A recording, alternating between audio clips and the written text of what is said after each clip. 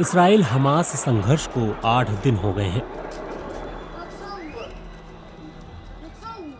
इस संघर्ष में अब तक 1300 से अधिक इसराइली और 2300 से अधिक फलस्तीनी मारे जा चुके हैं।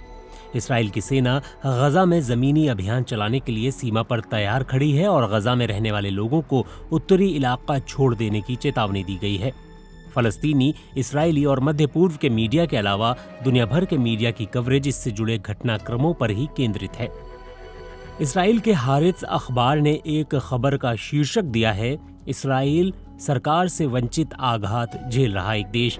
इस लेख में 7 अक्टूबर को हुए हमास के घातक हमले के बाद देश के राजनीतिक हालात का विश्लेषण करते हुए कहा गया है कि इसराइल में जो अराजकता पैदा हुई है वो एक तरह से पूरे देश को प्रेरित कर रही है। नेतन्याहू के लिए विभाजन कोई समस्या नहीं है, बल्कि ये उनकी स्थायी विशेषता है। हारित्ज ने हमले को लेकर चल रही कॉन्स्पिरेसी थ्योरी पर भी एक लेख प्रकाशित किया है और आशंका जाहिर की है कि इस हमले में भीतरी लोग भी शामिल हो सकते हैं। इसराइल के चर्चित अखबार टाइम्स ऑफ इसराइल में एक संपादकीय लिखा गया है जिसका शीर्षक है, इसराइल राष्ट्र को नजरअंदाज किया गया।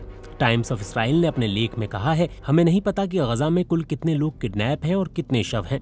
अगवा किए गए लोगों के परिजन अधिकारियों के सामने गिड़गिड़ा रहे हैं कि उन्हें स्पष्टीकरण दिया जाए। एक समय तो उनसे एक शीर्ष अधिकारी ने ये तक कह दिया कि अगवा किए गए लोगों के विषय पर युद्ध के बाद बात होगी। हिब्रू भाषा की सबसे चर्चित मीडिया वेबसाइट वाईनेट ने गजा पर जमीनी हमले से पहले इसराइल की तैयारियों के बारे में विस्तार से लिखा है। इस लेख में कहा गया है, जनरल स्टाफ ने यूनिटों को जमीनी हमले की योजना से जुड़े निर्देश देने शुरू कर दिए हैं। तब तक एयरफोर्स हमास के कमांड सिस्टम और जवाबी हमले की क्षमता को नष्ट कर रही है। हिजबुल्लाह अभी पीछे है, लेकिन एक बार गजा में इसराइल के घुसने के बाद उसके इरादों की परीक्षा होगी। इसराइल की रक्षात्मक क्षमता को पहुंची चोट की पृष्ठभूमि में अमेरिका से मिलने वाली मदद बेहद महत्वपूर्ण है। अमेरिका मिसाइलों को इंटरसेप्ट करने और ईरानी मिलिशिया पर हमला करने के लिए तैयार है ताकि IDF गजा में अपने अभियान पर ही केंद्रित रहे।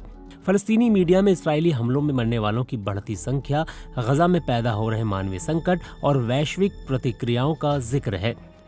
पैलेस्टाइन क्रॉनिकल ने हमास के इसराइली बच्चों की हत्या करने के दावों पर CNN की रिपोर्टर के माफी मांगने से जुड़ी खबर प्रकाशित की है। फलस्तीनी मामलों पर नजर रखने वाली वेबसाइट मोंडोवाइज में अपना अनुभव लिखते हुए एक रिपोर्टर ने लिखा है, मैंने नकबा के बारे में बहुत सी कहानियां लिखी थीं, आज मैंने नकबा का अनुभव किया। नकबा शब्द का मतलब होता है त्रासदी, और फलस्तीनी लोग इसे 1948 में अपनी जमीनों से जबरदस्ती हटाए जाने की घटनाओं से जोड़कर देखते हैं। हमास और इस्लामिक जिहाद से जुड़ी वेबसाइट कुद्स न्यूज नेटवर्क ने अपनी एक रिपोर्ट में हिजबुल्लाह के शेबा फार्म्स इलाके पर बड़े हमले का जिक्र किया है। इस रिपोर्ट में हिजबुल्लाह के हवाले से इजरायली सेना के कई ठिकानों पर हमले का दावा करते हुए कहा गया है कि रॉकेट निशाने पर लगे।